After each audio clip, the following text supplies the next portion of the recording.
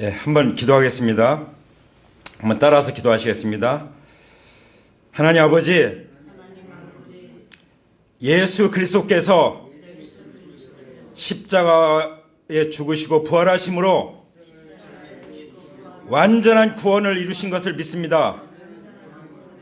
우리의 옛사람이 그리스도와 함께 십자가에 못 박혀 죽었음을 믿습니다. 우리는 새로운 피조물이 되었습니다.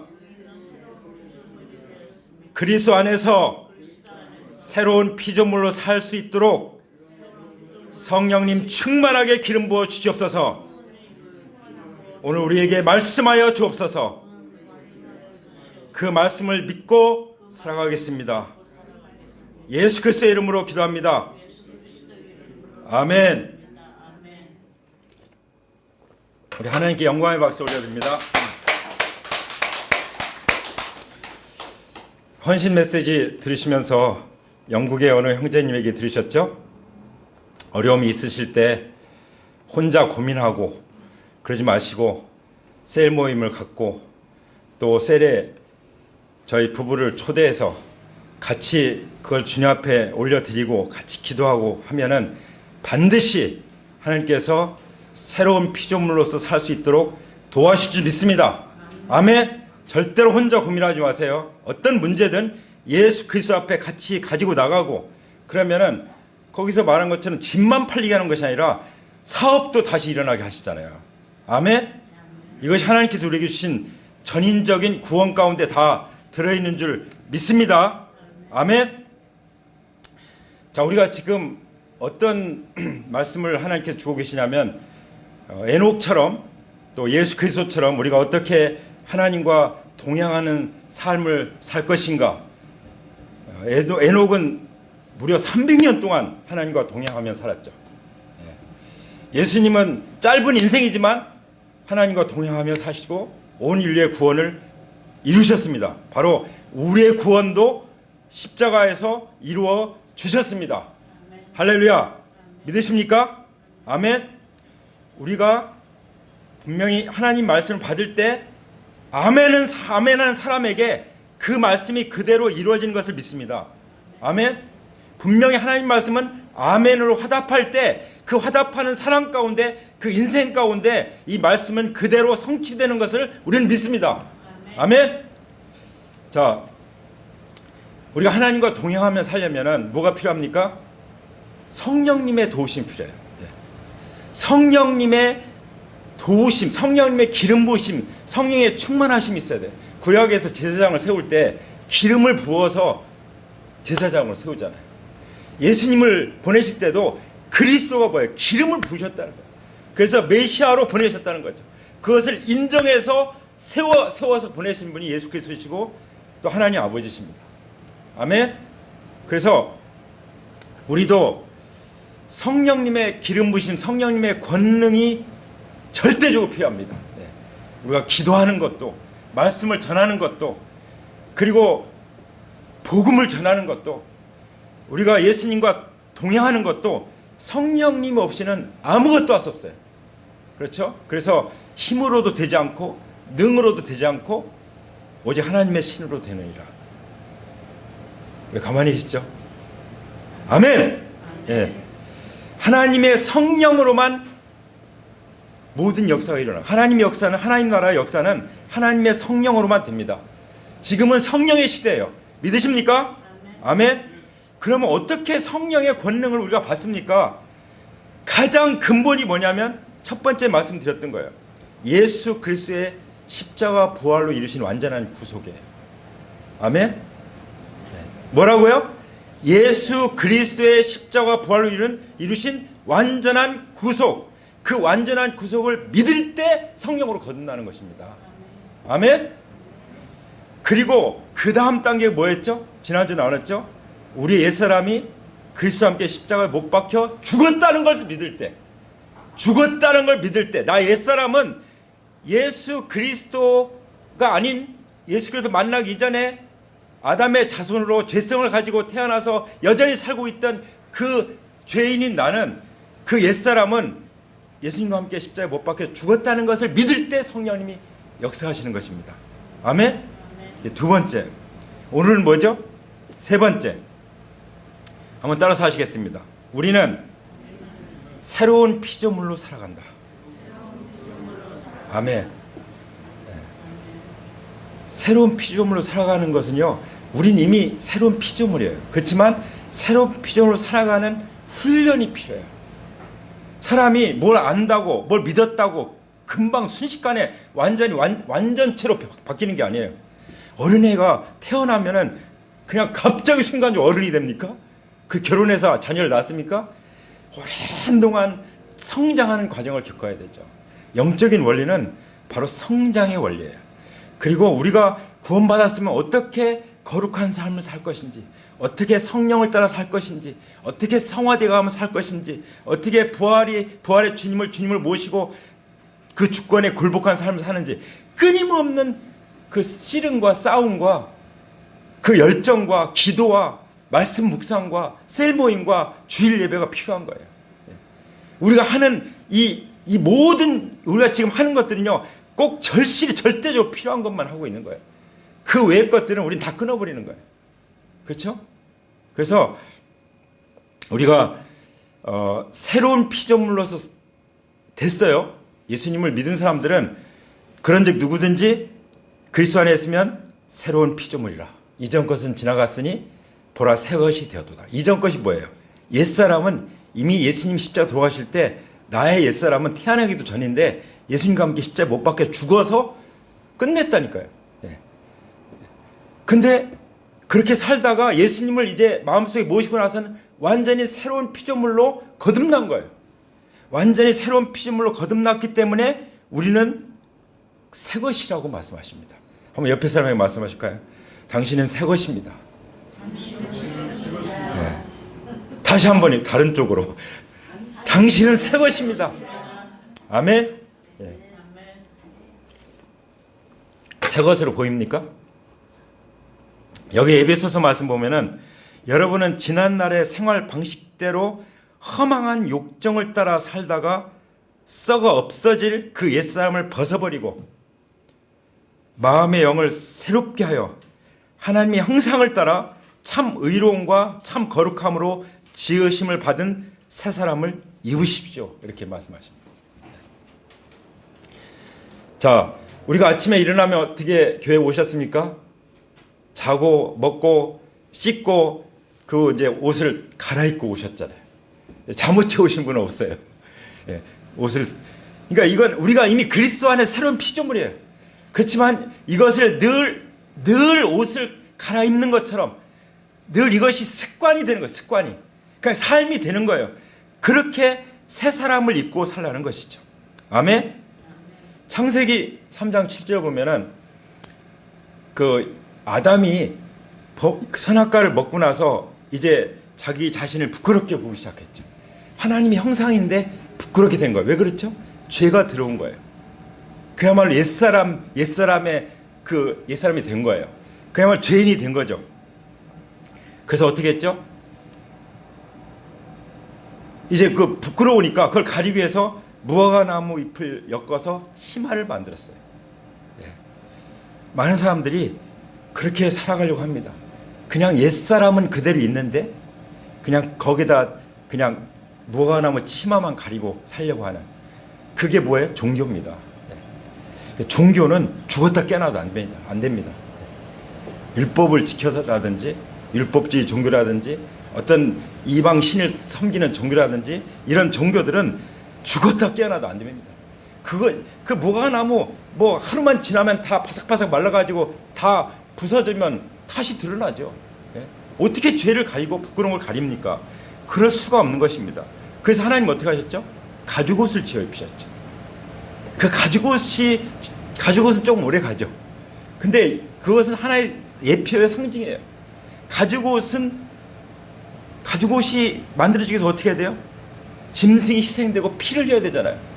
그래서 바로 예수 그리스도께서 십자가에서 그 몸이 찢기시고 피를 흘리셔서 그 예수 그리스도로 옷 입혀주신 것입니다. 아멘. 그것만으로 되는 것입니다. 우리가 새로운 피조물로 살아가려면은 하나님의 은혜를 받아야 돼요. 어떤 은혜요? 예수 그리스도를 만나는 은혜. 예수 그리스도로 옷 입는 은혜. 바로 아침에 일어나서 한 하루를 시작하면서 뭘 생각해야 돼요? 나는 예수 그리스도로 옷 입었다. 나 옛사람은 죽었다. 예수님 십자가에서 못 박혀 죽으신 그 구원, 부활의 구원은 완전하다. 이것을 절대로 잊지 말고 마음속에 새겨두고 그것을 인정하고 말하고 선포하면서 살아가야 되는 것입니다. 아멘. 그래서 로마서 10장 9절에 당신이 만일 예수님을 주님이라고 입으로 고백하고 하나님께서 그를 죽은 사람들 가운데서 살리신 것을 내 마음에 믿으면 구원을 얻을 것입니다. 여러분, 우리가 구원을 어떻게 받았어요? 마음으로 믿어서 받았죠. 부활의 증거, 예수님이 나의 옛사람을 십자가에 못 박아서 장사 지내시고 부활하셔서 나는 이제 부활 생명을 가지고 새 생명으로 거듭났고 이제 새 생명 가운데 사는 사람입니다 하는 것을 마음으로 믿고 끝났습니까? 성경은 뭐라고 말씀하십니까? 그것을 통해서 예수 그리스도를 주님이라고 고백할 때 이 구원을 받고 구원을 누린다고 말씀하십니다. 예. 이게 굉장히 중요합니다. 하나님의 말씀이에요. 마음으로 믿고만 있으면 안 되고 그것을 어떻게 해요? 선포해야 돼요. 그걸 기도로 예수님 영접하고 고백해야 돼요. 그리고 예수님이 나의 주님이시고 나의 하나님이걸 찬양해야 돼요. 예수님 십자가 부활을 찬양하죠. 그리고 예수님을 증거하죠. 바로 복음을 전하는 이런 모든 걸 통해서 구원이 우리의 삶이 되는 것입니다. 아멘. 이 거듭난 구원이 이제 주님을 닮아가는 구원으로, 그리고 주님 오시는 날 영원롭게 되는 구원으로 온전히 드러나게 되는 것입니다. 이것이 온전한 복음이고 온전한 구원인 것입니다. 이것을 마음으로 믿고 이것을 입으로 선포하고 고백하고 기도하고 찬양하고 전파해야 된다는 것이죠. 아멘. 그것이 뭐예요? 새로운 삶으로 살아가는 것입니다. 아멘. 그것을 위해서 주님이 이루신 것에 대해서 로마서 6장에서 뭐라고 말씀하십니까? 우리는 침례를 통해서 그의 죽으심과 연합했다. 그래서 그리스도와 함께 묻혔다 이렇게 말씀하십니다. 그래서 침례가 중요한 거예요. 그냥 물을 붓는 것이 아니라 물속에 완전히 잠겼다가 나오는, 정말 나의 옛사람은 예수님과 함께 십자가에 못 박혀 죽었고 나의 죄인인 나는 예수님과 함께 십자가에 못 박혀 죽었고 이제 예수님과 함께 무덤에 완전히 장사에서 끝났다 하는 그것을 물속에 완전히 들어가면서 드러내는 거잖아요. 그걸 마음으로 믿고 입으로 선포하는 거잖아요.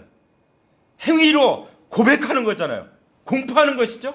아멘. 이게 진정한 그리스도의 연합을 나타내는 것이죠. 그래서 침례가 중요한 것입니다. 교회에 주신 딱 두 가지 예식이에요.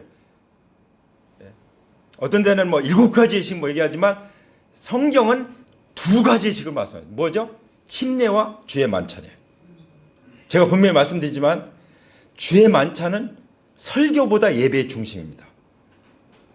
주의 만찬을 통해서 예수님을 기억하고 십자가를 기억하고 부활을 기억하고 예수님을 증거하고 전하고 감사하고 찬양하고 이것이 예배의 핵심이에요. 그렇게 우리가 주의 만찬에 참여하게 될 때 하나님 말씀을 통해서 우리의 은혜를 베푸시는 것입니다. 엄밀히 말하면 설교가 중심이 아니에요. 주님을 기억하는 십자가 부활을 기념하는 이 성찬이 바로 예배의 핵심인 줄 믿습니다. 아멘. 예. 그래서 그의 죽으심과 연합함으로써 함께 이미 묻혔다. 이건 뭐예요? 옛사람이 예수님과 함께 죽었다는 것이죠. 그리고 그것은 그리스도께서 아버지의 영광으로 말미암아 죽은 사람들 가운데서 살아나신 것과 같이 우리도 또한 새 생명 안에서 살아가기 위함입니다. 왜 우리 옛사람이 십자가에 못 박혀 죽었습니까? 이제 다시는 옛사람이 사는 것이 아니라 내 안에 주신 새 생명, 어떤 생명이죠? 부활의 생명, 영원히 죽지 않는, 죽어도 다시 살아나는 그 생명 안에서 살아가도록 하기 위해서 주님의 죽으심과 연합됐다는 거죠. 그리고 주님의 부활과 연합된 사람이라고 말씀하시는 것입니다. 아멘. 그래서 그러므로 우리는 부활에 있어서도 또한 그와 연합하는 사람이 될 것입니다. 그래서 새로운 피조물이 됐고 우리가 새 생명 가운데서 새로운 피조물로서 살아간다는 사실을 말씀해 주고 계십니다. 아멘. 우리는 이제 무화과나무 그 잎으로 엮어서 치마를 두르는 그런 종교 생활은 이제 끝난 거예요. 교회 다니는 사람들 중에 두 종류의 사람이 있습니다. 예수님이 오실 때 양은 오른쪽에 염소는 왼쪽에 딱 갈라놓을 거라고 그랬어요. 그래서 양은 하나님 나라로 영원한 생명으로 데리고 가시고 염소는 영원한 형벌 가운데 집어넣는다고 말씀하셨어요. 최근에 그 말씀 읽으면서 정말 얼마나 이게 두렵고 떨리는 문제입니까? 그냥 교회 와서 같이 한 자리에 앉아서 예배 드리고 있으면 되는 게 아니에요. 정말 내가 그리스도의 완전한 구원을 믿느냐, 이게 중요한 거죠. 나의 옛사람 십자가에 못 박혀 죽어서 장사에 드느냐, 이것이 중요한 것입니다. 내가 지금 새 사람 가운데 살고 있느냐, 내가 그리스도로 옷 입고 있느냐, 그것을 말씀하시는 것입니다. 요한계시록에 보면은 요한계시록의 7장에 나오는데요. 어떤 말씀이 나오냐면 7장 9절 14절에 흰옷 입은 사람들이 나옵니다. 여러 가지 해석이 있을 수 있지만 그 흰옷, 어떻게 흰옷을 입었느냐, 거기 설명합니다. 어린 양의 피로 씻어서 거룩하게 된 사람들이라고 말씀하십니다. 어린 양의 피가 누굽니까?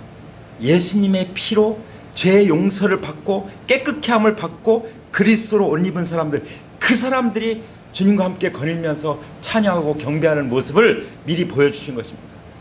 아멘.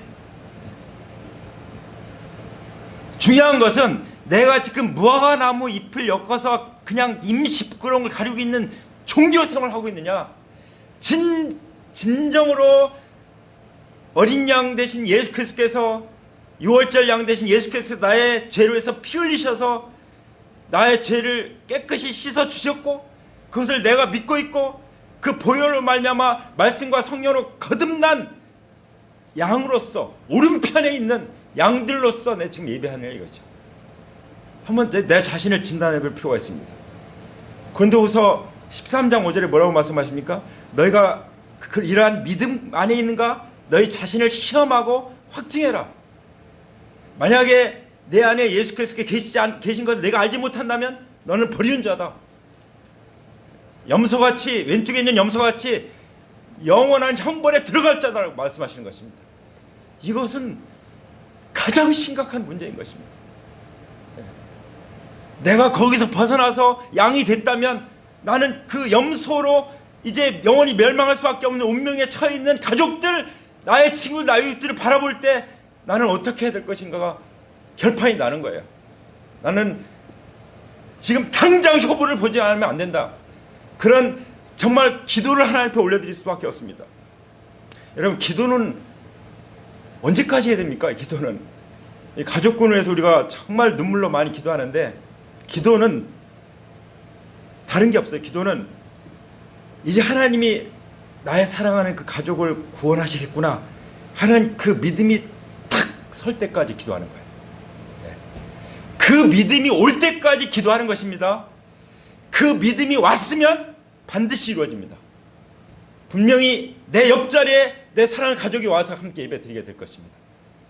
여러분, 영혼들을 위해서 기도할 때, 나의 문제를 기도할 때, 그것이 하나님에 의해서, 하나님의 능력으로, 성령의 능력으로 그것이 이미 이루어진 것을 믿음으로 바라보면서, 그려보면서 기도하는 그 기도가 될 때, 그때 이미 응답받으신 거예요. 그래서 받은 줄로 알고 감사하라고 말씀하신 거예요. 아멘. 네. 그래서 정말 그런 기도는요, 그냥 나오지 않아요. 울부짖으면서, 창자가 뒤틀면서 토로하면서 기도하는 거죠. 우리는 너무 지성적이에요. 그냥 앉아서 조용히 논리적으로 자분자분 기도, 물론 평상시 그렇게 하죠. 그러나 내 문제가 절박한데, 내 사랑하는 가족이 지금 염소에 위치해 있고 영원한 불못에 들어갈 수밖에 없는 위치에 있는데 우리가 그냥 조용히 이렇게 기도할 수 있겠습니까?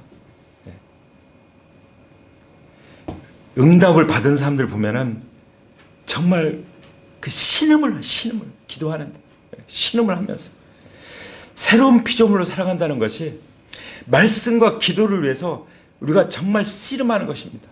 죄와 유혹에 빠지지 않게 해서 죄와 싸우기 위해서 피 흘리기까지로 싸우는 것입니다. 아멘? 그 그림에 나오잖아요. 옛사람이 어떤 특징을 가지고 있고 주보 안에 새로운 피조물은 어떤 특징을 가지고 있고, 옛사람이 내가 이런 사람이었는데 내가 이제 새 사람이 되었으니 이렇게 새 사람, 새로운 피조물답게 살기 위해서 내가 이거 하나하나, 여기 나오는 그 9가지가 나오죠. 9가지. 주보 안에 나오잖아요. 9가지를 정말 하나하나 훈련하는 과정이 필요한 것입니다. 선수로 등록이 됐어요. 바로 올림픽 나갑니까? 얼마나 피나게 노력하고 얼마나 절제된 삶을 살고 훈련하고 그 훈련을 위해서 그렇게 할 때 선수가 되는 거죠. 그래서 그리스도인들은 경주자라고 말씀하셨어요. 그리스도인들은 군사라고 말씀하셨어요. 훈련되지 않은 군사는 군사로 나가 싸울 수가 없어요. 훈련되지 않은 선수는 나가서 경주를 할 수가 없습니다. 그렇죠? 근데 하나님은 그저 우리를 거듭나게 해서 어린애에게 머물러 있다가 그냥 주님 오실 때 맞이하기 원하시지 않습니다. 우리를 선수로 만드시고 우리를 군사로 만드셔서 우리가 반드시 정복하고 승리를 경험하고, 그리고 하나님 나라의 통치자로 주님과 격이 맞게 다스리기를 원하십니다. 아멘. 그런 믿음을 가지시기 바랍니다. 그냥 난 구원받았으니까 됐어, 난 이제 천국 갈 거야, 그걸로 만족하는 것은 하나님의 계획이 아니에요. 하나님의 구원 계획은 성경 전체를 읽어보고 또 읽어보고 수십 번, 100번 넘게 읽어봐도 그 성경은 지금 제가 증거하는 그것을 말씀하십니다. 할렐루야.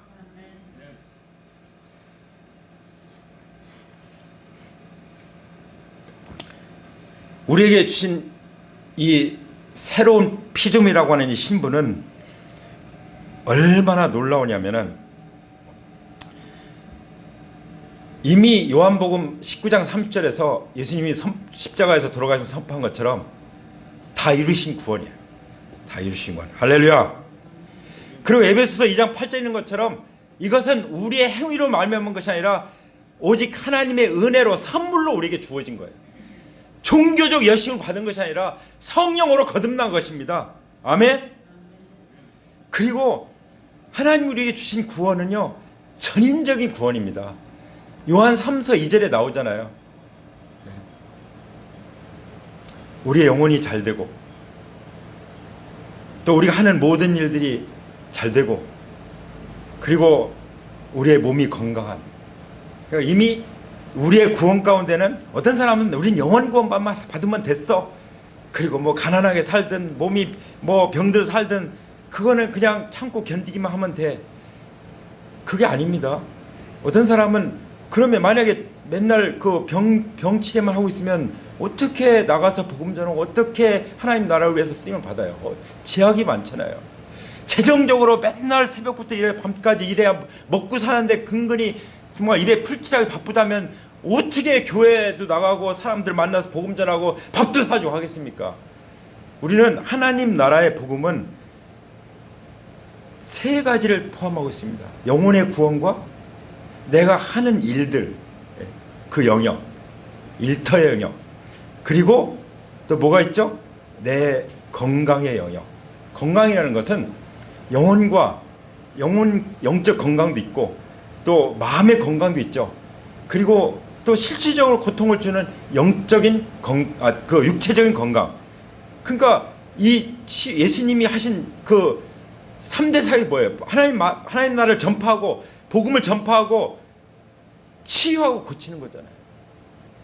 그 하나님 나라의 복음은 지금도 동일한 복음입니다. 그러니 우리가 복음 전할 때 어떻게 해야 돼요? 병든 사람이 있으면은 기도해야 돼요. 손을 얹고 기도하고. 언제까지요? 그가 나을 때까지. 나을 때까지. 언제까지요? 나을 때까지.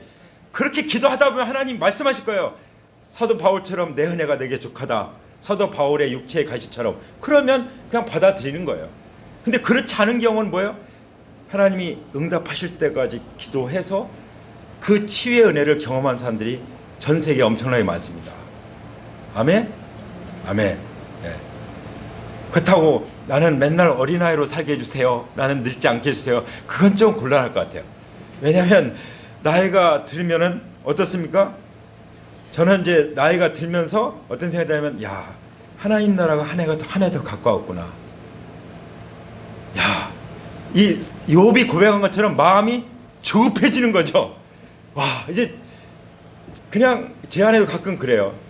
아, 이렇게 하나님 나라를 위해서 마음껏 쓰임 받고 하나님 품에 앉아 계신 그 빌리그램이나 또 이렇게 믿음의 선진들 보면은 참 부럽다고.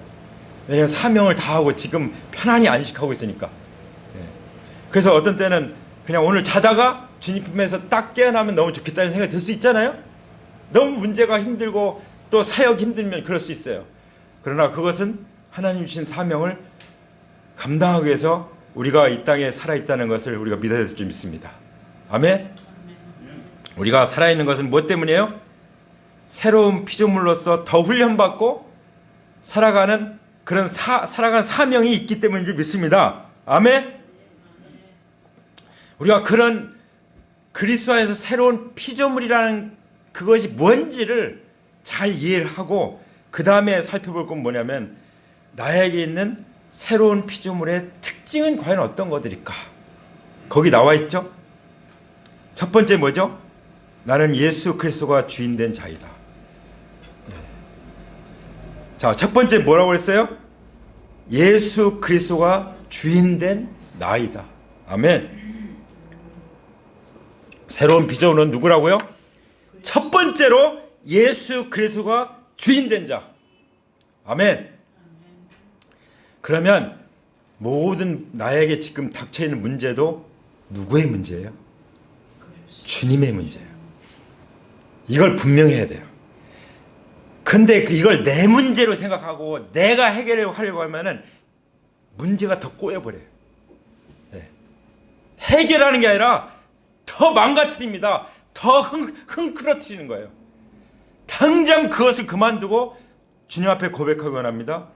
나는 예수님이 주인인 사람입니다. 할렐루야. 따라서 하실까요? 나는 예수님이 주인인 사람입니다. 아멘. 로마서 14장 7절부터 9절까지 말씀 보면은 우리는 살아도 주님을 위하여 살고 죽어도 주님을 위하여 죽습니다. 그러므로 우리는 살든지 죽든지 주님의 것입니다. 왜냐하면 주님께서 죽으셨다가 살아나신 것은 죽은 사람에게도 산 사람에게도 다 주님이 되시려는 것입니다. 아멘. 아멘. 자, 주님은 누구의 주님이십니까? 죽은 사람의 주님도 되시고 살아있는 사람의 주님도 되십니다. 아멘. 근데 주님의 주인 되심을 거부하고 살면 그 옛사람으로 사는 거예요. 옛날 내가 새로운 피조물이 되기 전에 살았던 거기로 돌아가서 다시 사는 거예요. 그거는 개가 토한 것을 다시 먹는 것 같다고 말씀하십니다. 돼지가 다 청소해놓으니까 다시 들어가서 더럽히는 것과 똑같다고 말씀하시는 것입니다. 그래서 믿는다고 하는데 옛사람으로 돌아가면은 옛사람의 삶으로 돌아가면은 더 엉망이 되는 거예요. 두 번째는 새로운 피조물은 어떤 사람이라고요? 주님을 위해서 사는 사람이야. 다시는 자기 자신을 위해서 살지 않는 사람입니다. 예. 그래서 자기들을 위하여 죽으셨다가 살아나신 그분을 위하여 살아가도록 하려는 것입니다. 그래서 주님이 우리를 죽으시고 부활하셨다는 말씀이죠. 세 번째는 무슨 말씀입니까? 나는 새로운 피조물이 된 나는 어떤 사람이에요? 영원히 거룩하고 온전한 자이다. 그러니까 그리스도의 완전한 복음을 믿는 자들인 거죠. 우리의 삶의 이유와 목적이 예수 그리스도이신 거죠. 네 번째 보면은 나는 어떤 사람이에요? 결코 정죄함이 없는 사람이다. 아멘. 누가 말씀하셨어요? 하나님이. 근데 하나님은 내가 그리스도 안에 있는 자는 결코 정죄함이 없나니 이렇게 말씀하셨는데 어떤 사람은 여전히 정죄감에 사로잡혀서 수치심과 거절감과 이 죄에 대한 죄책감에 시달린 사람들이 있어요. 이건 누가 주는 거예요? 마귀가 계속 송사하는 거예요. 마귀는 어떤 사람이죠? 어떤 존재죠? 마귀는 참소하는 자예요. 계속 참소합니다. 내 과거를 알렸다. 거기에 매달려 살면은 계속 마귀에게 끌려다니는 거예요. 하나님은 뭐라고 말씀하십니까? 성경은 뭐라고 말씀하십니까? 새로운 피조물인 나는 결코 정죄함이 없는 사람이다. 아멘. 예, 옆에 사람 말씀해주세요. 당신은 결코 정죄함이 없는 사람입니다. 아멘. 예. 이 믿음 때문에 죄를 짓지 않은 것입니다. 여기 요한 1서 3장 9절에 보면 하나님께서 난 사람은 누구나 죄를 짓지 않습니다. 그랬어요. 왜 죄를 짓지 않는다고요? 하나님께로 났어요. 하나님의 사랑 안에 거해요. 제 아내가 그런 얘기 했었어요. 자기는 잘못된 길로 갈 수가 없다는 거예요. 이제 그리고 자기 어머니를 마음 아프게 해드릴 수가 없다는 거예요. 왜냐하면 그 어머니가 자기를 얼마나 사랑하고 그렇게 키웠는지를 잘 알기 때문에 자기는 잘못된 길로 갈 수가 없다는 거예요. 만약에 자기가 잘못된 길로 가면은 자기 어머님이 어떨지를 생각하면은 못하겠다는 거예요. 예, 그러니까 율법적으로 내가 죄를 지면은 내가 이게 두려워가지고 그게 아니라 하나님이 나를 사랑하시고 아들을 주시기까지 사랑하신 그 사랑에 감격하면은 죄와 짝할 수 있겠습니까? 그 과거의 습관을 다시 돌아갈 수 있겠습니까? 그 모든 걸 끊어버린 능력은 어디에 있어요? 예수 그리스도의 보혈에 있고 하나님의 사랑이 있는 줄 믿습니다. 아멘. 그래서 그리스도의 사랑이 나를 강구할 때 나는 범죄하지 않는다는 거죠. 아멘.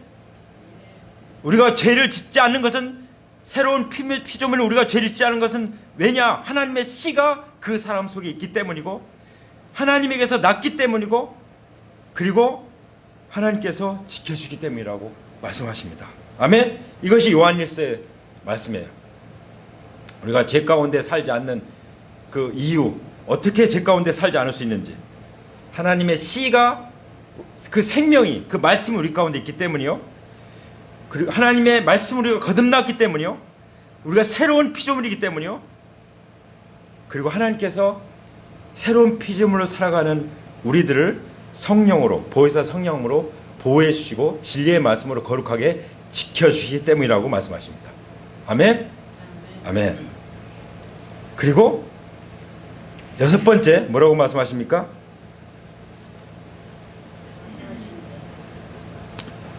고린도후서 6장 10절 뒤에 보면은 우리는 모든 것을 다 가진 사람이라고 말씀하셨어요. 아멘. 다 가진 사람이 어디 가서 구걸하겠어요? 네. 다 가진 사람이.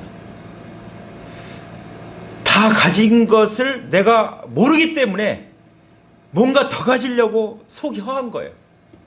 그래서 뭔가 욕망을 위해서 죄를 짓는 거예요. 남과 갈등을 겪는 거예요. 내가 다 가진 자라는 것을 알면 실제 그렇잖아요. 하나님의 자녀는 아버지 거 다 내 거잖아요. 내 거 아버지 거고. 그렇죠? 그것을 내가 알고 믿는 사람이 어떻게 사람들과 갈등을 겪겠어요? 그냥 더 주고 싶어하고 그냥 다 주고 싶어하는 그 마음이죠. 그러면 또 하나님은 우리에게 또 더 주시잖아요. 그래서 늘 베푸는 축복의 통로가 되는 것입니다. 그렇지 않으면요 항상 우리는 갈급하고 항상 뭔가 정말 진짜 빌어먹는다고 하잖아요. 빌어먹는 인생이 될 수 있어요. 새로운 피조물로서 살아가는 삶은 다 가진 자의 삶인 줄 믿습니다. 아멘. 일곱 번째는 하나님 말씀에 반응한다고 그랬어요. 하나님의 말씀에만. 다시 말하면 마귀가 속삭이는 그 거짓말에 귀를 기울이지 않아요. 거기에 속아 넘어가지 않습니다. 얼마나 많은 사람들이 거짓 선동에 넘어간지 몰라요. 제가 이렇게 들어보면은 저분은 완전 넘어갔네. 그런 사람들이 참 많아요. 우리나라 국민들 중에.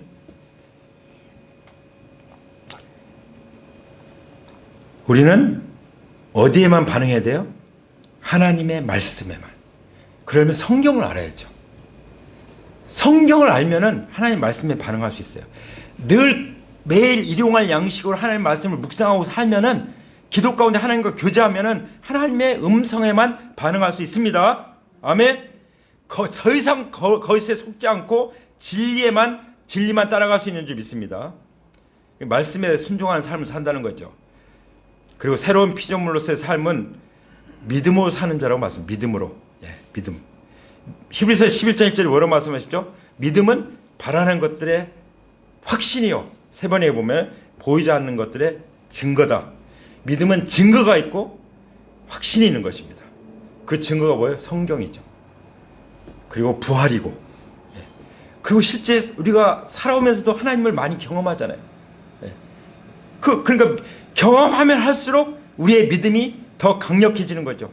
그리고 제가 분명히 말씀드리는 것, 다시 말씀드리는 것은 고린도후서 1장 20절 보면은 한번 따라서 하실까요? 하나님의 모든 약속은 그리스도 안에서 예가 됩니다.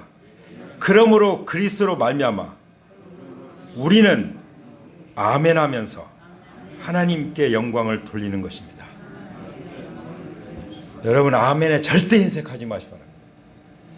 하나님의 모든 약속은 그리스도 안에서 아멘입니다.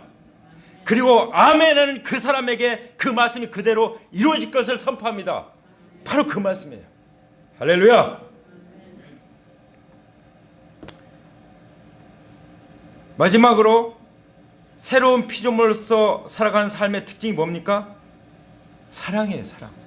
하나님을 사랑하고 이웃을 내 몸과 같이 사랑하는 그 사랑. 이런 특징들이 있을 때 이 사람은 새로운 피조물이고 물로 거듭난 사람이구나, 이렇게 알 수 있는 거예요. 여러분, 우리가요, 거듭난 사람은 뭐가 바뀐지 아세요? 생각이 바뀌어요. 벌써 가치관이 바뀌고 세계관이 바뀝니다. 영의 눈이 확 뜨인 거죠. 그리고 거듭난 사람은 말이 달라집니다. 말이 달라졌어요. 그리고 거듭난 사람은요, 새로운 피조물 거듭난 사람은 믿음으로 삽니다. 믿음으로. 그리고 그 사랑 가운데 하나님의 사랑이 부어졌기 때문에 사랑으로 모든 걸 바라보는 거예요. 사랑으로 모든 사람을 바라보는 거예요. 그러니까 사람들은 이해를 못해. 나한테 왜 그러세요? 그런 거예요. 네. 그런 얘기 많이 듣잖아요. 복음 전하면서 사랑을 베풀다 보면 그때 우리가 할 수 있는 말이 뭡니까?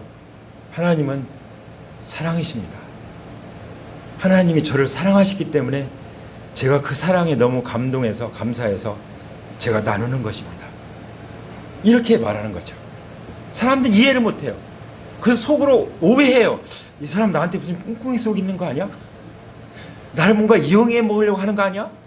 뭐 교회 데려다가 뭐 교회 재정을 빌려고 하는 거 아니야? 교회를 키우려고 하는 거 아니야? 이런 식으로 생각하는 사람들이 많다고요. 우리가 그렇게 합니까? 하나님 우리를 먼저 사랑하셨고 우리가 하나님을 사랑하고 이웃을 내 몸과 같이 사랑하라고 말씀하셨고 그렇게 사랑할 수밖에 없기 때문이죠. 그리고 예수님께서 우리를 위해서 목숨을 버리셨기 때문에 형제를 위하여 목숨을 버리는 것이 마땅하니라. 그래서 우리가 형제 자매들을 사랑하는 것이죠. 그래서 서로 고마워하고, 어느 모치님은요, 저도 이렇게 한 번씩 찾아뵙는데 그저 손잡으면서 고맙다고, 이렇게 찾아줘서 고맙다고, 그리고 사랑해 하면서 손을 갖다 얼굴에 대고, 그 영혼이 얼마나 아름답게 하나님 앞에 빚어져 가는지 몰라요. 아름답게 반응하는지. 우리가 그런 사람들인 줄 믿습니다. 아멘. 이것이 가장 궁극적이고 가장 강력한 증거는 사랑이라고 믿습니다. 새로운 피조물로 살아가는 사람들의 모습. 어떤 모습이요? 사랑의 공동체. 이게 교회인 줄 믿습니다. 이것이 바로 하나님의 교회인 줄 믿습니다. 할렐루야. 우리 함께 기도할 때 정말 이런 새로운 피조물로서 살아가도록 제가 정말 훈련받기 원합니다. 그런 마음에 결단하시고 다짐하신 분은 그 자리에서 일어나시기 바랍니다.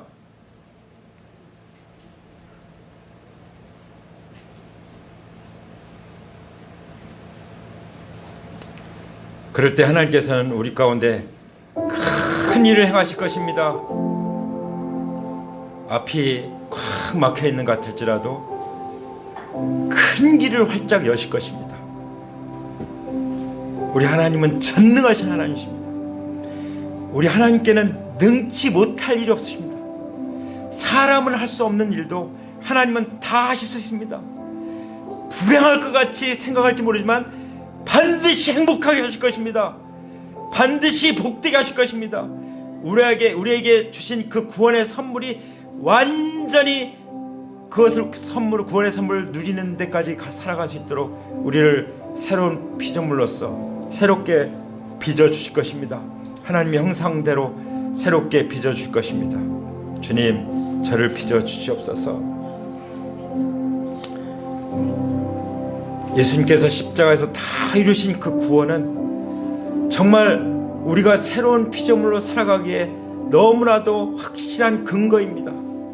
우리의 옛사람이 십자가에 그리스도와 함께 못 박혀 죽었다는 사실은 우리가 이미 새로운 피조물이 되었다는 증거입니다.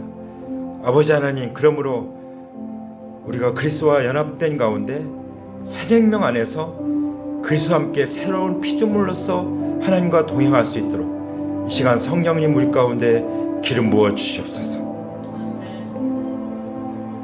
주님 앞에 고백하기 원합니다. 아버지, 저는 예수 그리스도께서 주인된 자입니다. 살아도 주님을 위해 살겠습니다. 죽어도 주님을 위해 살겠습니다. 아버지, 우리는 살든지 죽든지 주님의 것입니다. 주님이 죽으셨다가 부활하신 것도 다 주님이 되시려는 것이었습니다. 우리는 더 이상 내 자신을 위해 살지 않고 주님을 위해서 살겠습니다.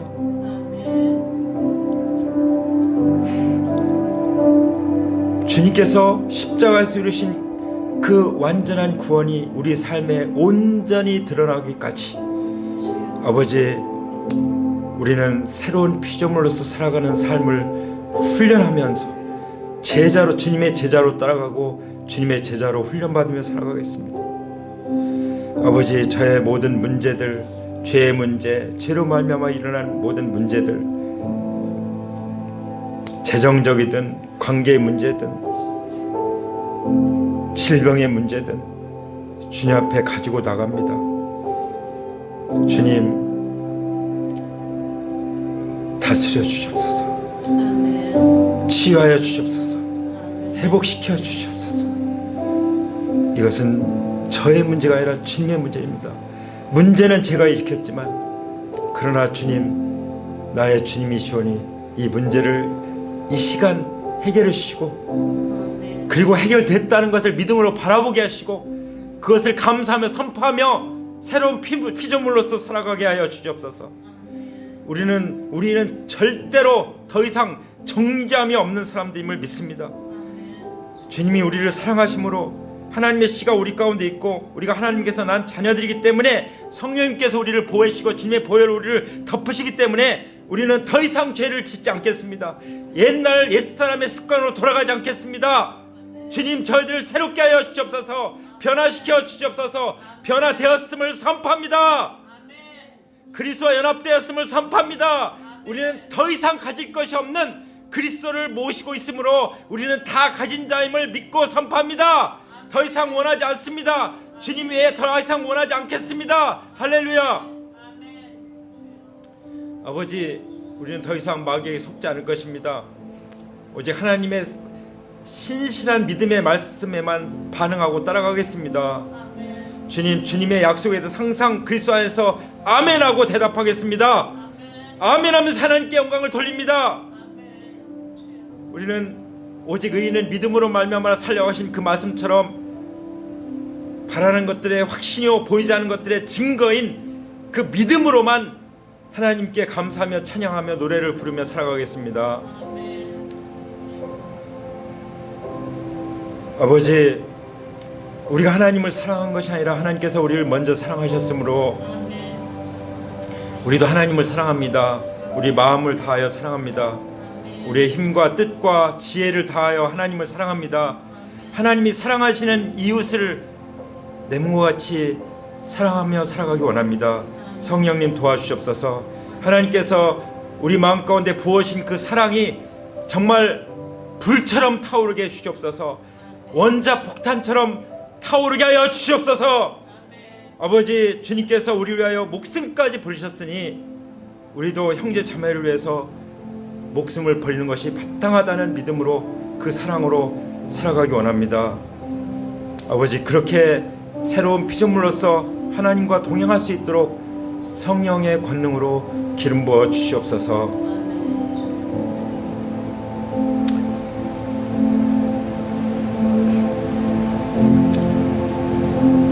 아버지, 노예 선장이었던 존 뉴턴이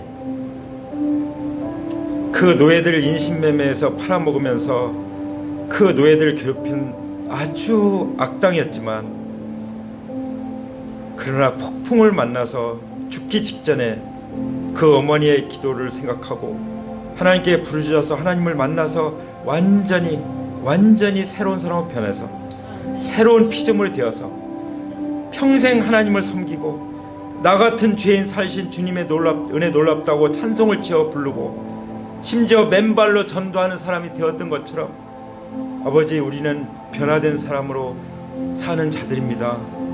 아버지, 우리도 이 시대의 잔 뉴턴과 같은, 회개한 어거스틴과 같은, 사도 바울과 같은, 또 사도 베드로와 같은 그런 사람들로 살아갈 수 있도록, 정말 주님을 따라가는 제자로서 살아갈 수 있도록 성령님 은혜를 베풀어 주시옵소서.